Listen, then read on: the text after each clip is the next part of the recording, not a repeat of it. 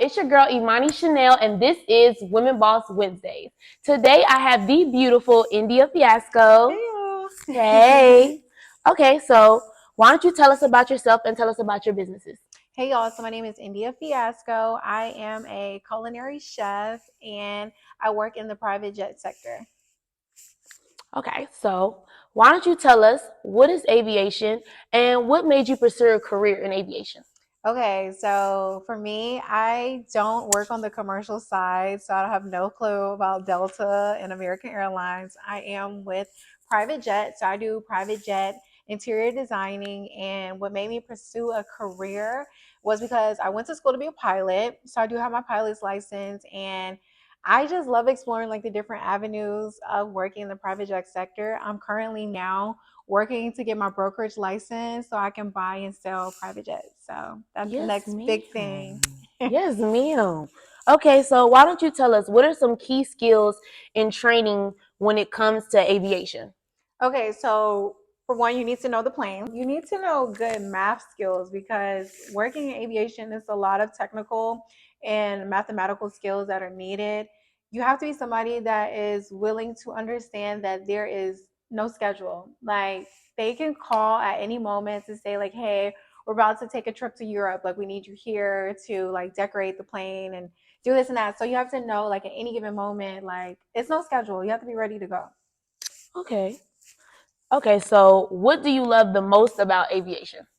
Um, I love how like luxurious it is. I feel like in the African American community, most people only look at like the rappers and the athletes are the ones that experience what it's like being on a private jet and having that experience. And it's kind of like I want to be able to get out here in this industry and like I can call you and be like, "Girl, let's go take a trip to Miami. Like I'm gonna pull out the jet."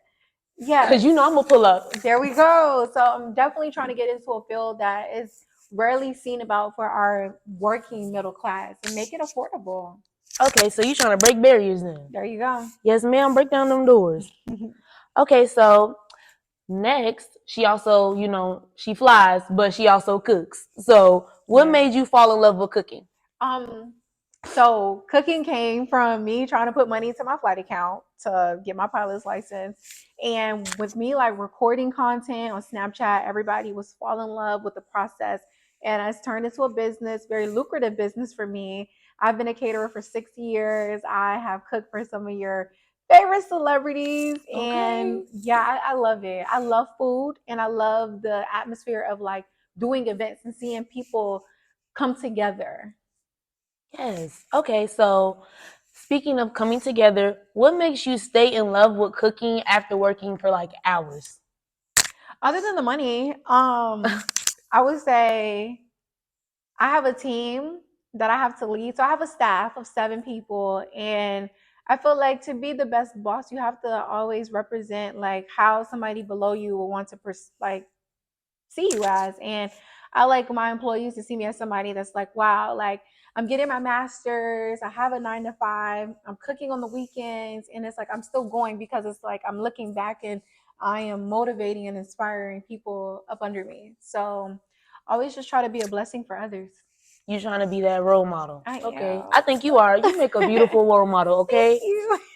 Okay, so what would you say is your favorite cuisine to cook out of everything you cooked? My favorite thing, this might be the Atlanta in me, but yo, I can bust down some lamb chops. Like, and Girl. I love smoking food. Like Traeger grills, if you see this video, please sponsorship.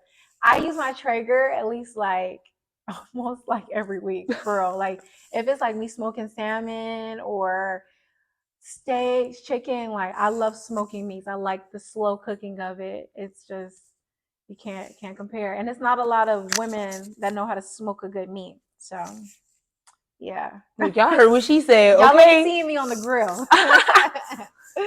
Okay, so what are your top 3 qualities for running a successful kitchen? um Cleanliness, because you cannot function a mess in any space in your life. Like it has to be clean. It has to be clean. I would say organization. If y'all saw my kitchen, not the kitchen at home, but my actual kitchen I work out of. Everything is pretty much organized. Like they know, like, hey, the spices are all over here. Like we have shelving like downstairs with the extra refrigerators. Like everything is organized, so that if somebody needs to come in on my behalf and work, they know exactly where to go and get everything. And last but not least, I would say just being on time. Some mornings we're starting at 3, 4 o'clock in the morning and ending our day at like midnight. So just knowing that it's going to be rewarding, but we're working because before you can even get to the event, you got to cook the food. So Yes, yeah, ma'am. It's all a process. it is. And I am here for the teamwork, make the dream work, okay? Thank you. All right, so how hard would you say it is to brand and market once you've gotten your business out there? Me, I've always been a social butterfly, so I can make friends and like I always say like I'm my own pimp. Like I can go into a room and literally like sell my business and make you want to know like what do you do and how are you doing this. So I would say for me, branding and marketing has always come very easy. The hardest part it was for me when I first started off was understanding that India Fiasco and Chef India Fiasco, they're two totally separate brands. India Fiasco is the model, the it girl that you see like having fun, traveling, and chef is a chef. So Okay. that was a big thing me separating because I'm like, dang, I'm about to start all over for my followers and stuff. But I don't care if you get 3 or 4 likes. The link is in the bio and they're gonna book. Always remember that. Girl, it always counts. Yes. All of it. Yes. Okay, so what are some future business goals and where do you think you see your business like a year from now? So on the aviation side, I am definitely working towards to get into a brokerage. That is my biggest goal. I'm setting out for me now. I'm currently getting my master's in business intelligence and analytics. So I'm trying to understand like the data and the numbers behind everything. So aviation, I want to own my own brokerage company, preferably women. So I want to have like an aviation lawyer. I want to have people that's in the finance department, but we're in there buying and selling aircraft. Like I want it to be known that India Williams is out here doing the damn thing when it comes to these sales. Yes, It's kind of think ma'am. about like being a real estate agent, but you have your real estate brokers that are like you have the agents that work for you, but it's like you're the head honcho. Catering, I definitely am loving the idea of having like my own like cute like bakery coffee shop, but Sunday brunch because Sunday brunches for me, I'm booked every Sunday for brunches. Like I'm running around the town cooking breakfast for everybody. So I would definitely do like a Sunday brunch, but I still would want to like incorporate like the coffee shop, like small tapas bites. So that would definitely be like a goal of mine. Oh look, the females love brunch, okay? We We love do. a good We brunch. do. So all you gotta do is invite. And There we I'm a go. look, okay? I'm loving everything you're saying. I'm loving Thank everything you're you. saying. Cause this is why it's Women Boss Wednesdays, okay? Boss. Tap in. Boss. Okay, last but not least, do you think it's easier for women to start their own businesses these days? Why or why not? I think it's easy for you to do anything you put your mind to do. With starting a business, you need to understand that you're going to have slow days, you're going to have slow months, slow years, but you have to see it all the way through.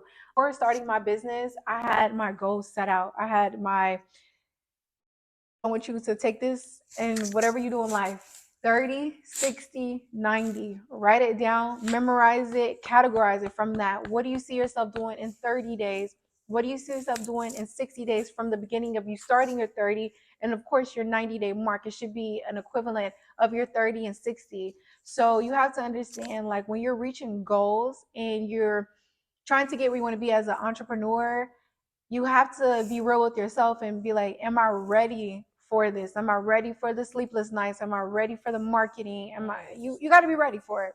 So it's easy for you to start anything you put your mind to, but some people fold under pressure. And that's one of the things because I've had moments where y'all I've been dead broke from not making any money with catering. But it's kind of like always know there's gold on the other side of the rainbow. So I always stay persistent and knowing that God gave me this passion to cook. God gave me the knowledge and the passion to know aviation. So everything is always going to work out. Yes. See, I was gonna ask you what advice you had to give women, but I feel like that was the advice right there. She's been dropping gems this whole conversation, so please tune in, okay? Watch the whole interview. Yes. This is Chef India Fiasco. Go follow her at Chef India Fiasco at India Fiasco, okay? Please like, follow, yes. This is Women Boss. Subscribe. Y'all heard her, okay? This is Women Boss Wednesdays, all right? And this is Imani Chanel, and I'll catch y'all next Wednesday.